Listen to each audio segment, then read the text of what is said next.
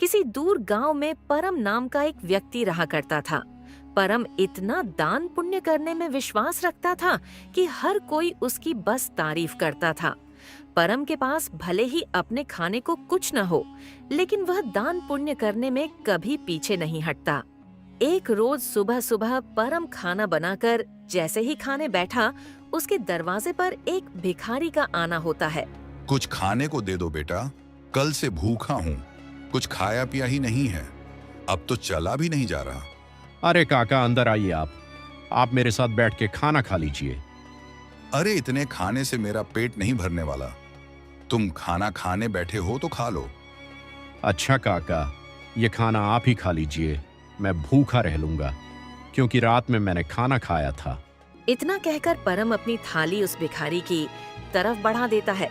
भिखारी भी खाना देखकर दोनों हाथों से जल्दी जल्दी खाने लगता है और खाना खाने के बाद भिखारी परम को ढेर सारा आशीर्वाद देते हुए कहता है, भगवान तुम्हें हमेशा खुश रखे बेटा, तुमने अपने हिस्से का खाना मुझे खिलाया है। आजकल ऐसे दानवीर लोग मिलते ही कहाँ हैं, तुम्हारा भला हो। इतना कहकर भिखारी वहाँ से चला जाता है। लेकिन परम को भी भूख लगी थी। अब वह रसोई में जाकर रसोई में रखे डब्बे को देखने लगता है, जिसमें अन्न का एक दाना नहीं था। चलो कोई काम देखता हूँ, कहीं से खाने पीने का बंदोबस्त तो हो जाएगा। बस उस बेचारे का पेट भर गया, मुझे बहुत सुकून मिल रहा है। अब परम घर से निकलता है, तभी उसे गांव का किशन लाल देखकर अपनी पत्नी से कहता है, अरे कब से ये अनाज की बोरियां मैं अकेले ही उठा रहा हूँ, अभी परम को बुलाता हूँ, तुम देखना वह कैसे मेरी मदद करेगा। उसे तो वैसे भी लोगों की मदद करने का भूत सवार है, खुद भले ही जेब में फूटी कौड़ी ना हो, लेकिन बड़ा दानवीर बनता है ये भी। अब किशन लाल परम को आवाज लगाकर बुलाता है। अरे क्या हालचाल है किशन भाई, सब ठीक तो है ना? ये अनाज की बोरियां खेतों से ला रहे हो क्या? अरे हाँ, खेतों से अभी 10 बोरियां और लानी है, लेकिन मैं बहुत ज्यादा थक गया हूँ। तुम थोड़ा हाथ बटा देते तो मेरा काम जल्दी हो जाता है। अरे क्यों नहीं, चलो चलो, मैं आपके साथ मिलकर खेतों से आपके घर तक बोरियां पहुंचा देता हूं। बड़ा ही बेवकूफ है, और इसे बेवकूफ बनाना भी आसान है। चलो, इसी बहाने मेरी मदद हो जाएगी और थोड़ा आराम भी मिल जाएगा। इतना कहकर किशन लाल परम से अब कई सारी बोरियां खेत से घर रखवाता है। लेकिन परम तो भूखा था, उसे भूख भी बहुत तेज लग रही थी। अब बोरियां रखने के बाद किशन लाल परम से कहता है, बहुत बहुत शुक्रिया परम भाई, अगर तुम ना होते ना तो मुझे ये बोरियां ढोते ढोते रात हो जाती। कई घंटे बोरियां ढोने के बाद परम थक जाता है और अब वह ब्याचंद लाला की दुकान से राशन लेकर खाना बनाकर खाता है। अगली सुबह उसके दरवाजे पर किसी के रोने की आवाज आ रही होती है। परम नींद में होता है और दरवाजा खोलता है तो देखता है उसका पड़ोसी नटवर अपनी पत्नी रेशमा को पीट रहा है। अरे अरे नटवर, तुम अपनी पत्नी को इस तरह क्यों मार रहे हो? अरे क्यों ना मारूं, मेरी पत्नी मेरी मर्जी, तू कौन होता है बीच में बोलने वाला? देख नटवर, ऐसे सुबह सुबह मारपीट करना सही बात नहीं है। पूरे गांव के लोग इकट्ठा होकर देख रहे हैं ये सब, ये अच्छा है क्या? अरे परम बेटा, तू भी किसे समझा रहा है? इसे समझाना मतलब अपना सिर दीवार पर मारने वाली बात है। जरूर सुबह सुबह रेशमा से पैसे मांगने के लिए लड़ रहा होगा, पीने को पैसे नहीं होंगे ना इसके पास। अरे बुढ़िया, चुप कर, ज्यादा बोलने की जरूरत नहीं है। राम राम राम, आजकल के बच्चों को तो अपने से बड़ों से बात करने की तमीज ही नहीं है। अरे मैं तो तेरी माँ की उम्र की हूँ और तू है कि मुझसे बदतमीजी से बात कर रहा है। लेकिन मैंने तो नहीं कहा आपको कि मेरे बीच में बोलने के लिए। इतना कहकर नटवर फिर से अपनी पत्नी रेशमा को मारने लगता है, लेकिन परम से यह सब देखा नहीं जाता और वह नटवर का हाथ पकड़ लेता है और उसे एक जोरदार तमाचा लगाता है। यह देखकर सारे गांव वाले ताली बजाने लगते हैं। बिल्कुल ठीक किया, ये इसी के लायक है। अरे अपनी पत्नी पर हाथ उठाता है और खुद को मर्द समझता है। अरे परम भाई, आपने बिल्कुल सही किया, इसे तो मार मार कर गांव से निकाल देना चाहिए। इसे तो मैं छोड़ूंगा नहीं, मुझे पैसे चाहिए। अगर मुझे शाम तक पैसा नहीं मिला ना तो इसे और भी मारूंगा। फिर देखता हूँ इसे कौन बचाने आता है। अबे ये ले पैसे और अब जा यहाँ से। और अगली बार अगर तूने अपनी पत्नी पर हाथ उठाया ना तो तुझे थाने में डलवाकर अच्छे से कुटाई करवाऊंगी तेरी, समझा? उनमें से एक औरत परम से कहती है, आप सच में बहुत नेक दिल के हैं। हर किसी की मदद करते हैं, हर किसी का भला चाहते हैं। हम गांव वाले बस आपसे इतना चाहते हैं कि अगला हमारा सरपंच आप ही हो, न कि वो धर्मपाल। अरे क्या बात कही है तूने। ये बात तो काफी समय से मैं दिल में दबाए बैठी थी। अरे हाँ हाँ बिल्कुल परम भाई, गांव का सरपंच बनिए तो गांव में विकास होगा, तरक्की होगी। उस धर्मपाल के पास तो गांव के लोग जाने से भी डरते हैं, और रही उसे कुछ बताने की बात तो कोई भी उसके सामने मुंह नहीं खोल पाता। परम हर किसी की हर तरह से मदद करता था, जिस वजह से गांव के लोग परम को अपना अगला सरपंच बनाने का फैसला करते हैं। अब यह बात सरपंच धर्मपाल तक पहुंचती है। सरपंच तिलमिला उठता है। क्या परम की इतनी हिम्मत? खाने को लाले पड़े हैं, लेकिन सरपंच बनने का सपना देख रहा है। इसे तो मैं छोड़ूंगा नहीं। अरे हाँ मालिक, और तो और गांव वाले कह रहे हैं कि चाहे कुछ भी हो जाए, सरपंच तो परम ही बनेगा। अब आपको ही कुछ करना होगा, वरना परम आपकी गद्दी लेकर ही मानेगा।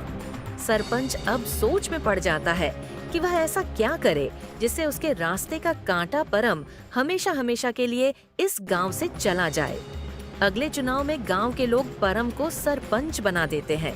अब ऐसे ही कई दिन बीत जाते हैं और जब राशन देने की बारी आती है तो सरपंच धर्मपाल बड़े ही चालाकी के साथ राशन में मिलावट करवा देता है, जो परम को बिल्कुल पता नहीं चलता। अरे बेटा, तुझे सरपंच बनता हुआ देख बहुत खुशी हो रही है। अब कम से कम राशन अच्छा तो मिलेगा, और समय पर भी।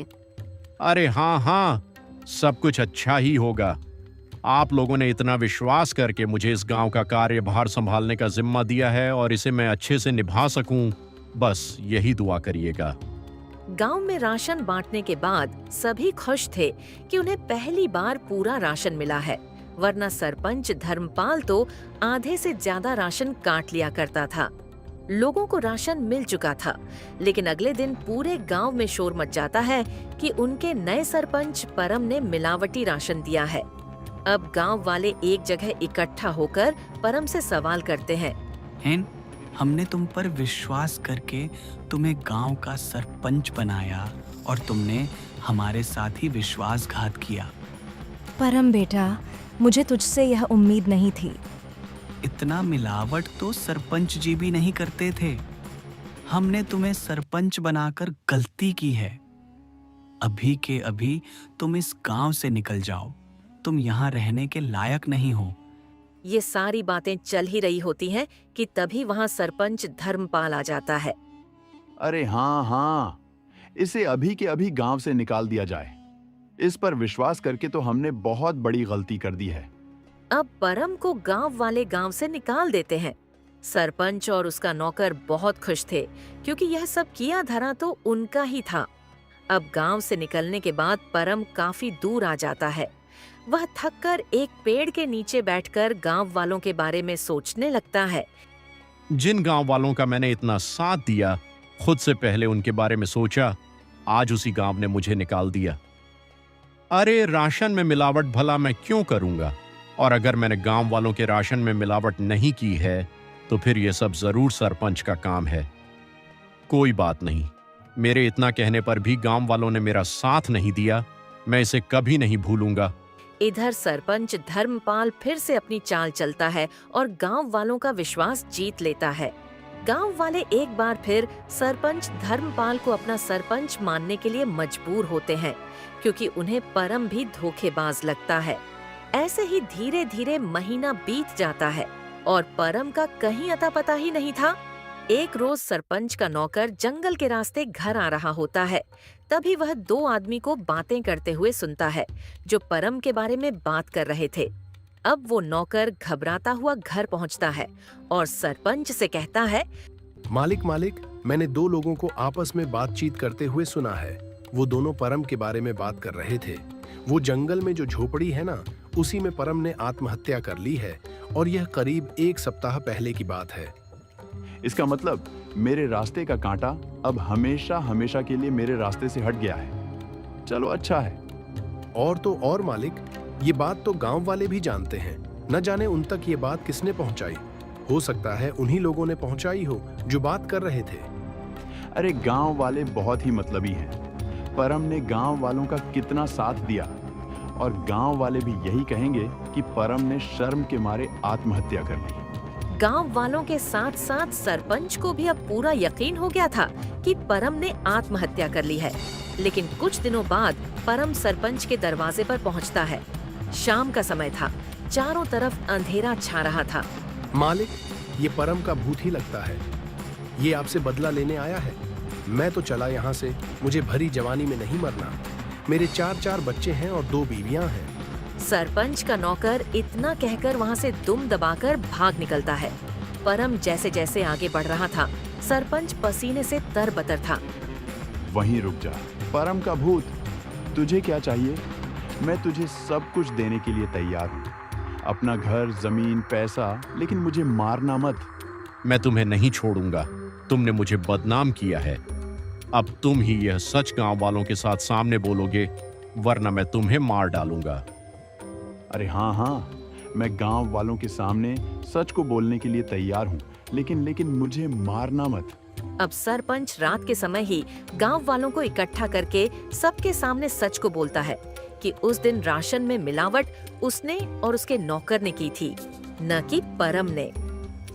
आप लोग भले ही मुझे भूत समझ रहे हो, लेकिन मैंने अपनी आत्महत्या की खबर झूठी फैलाई थी ताकि मैं चोर को पकड़ सकूं, और चोर आप सभी के सामने है।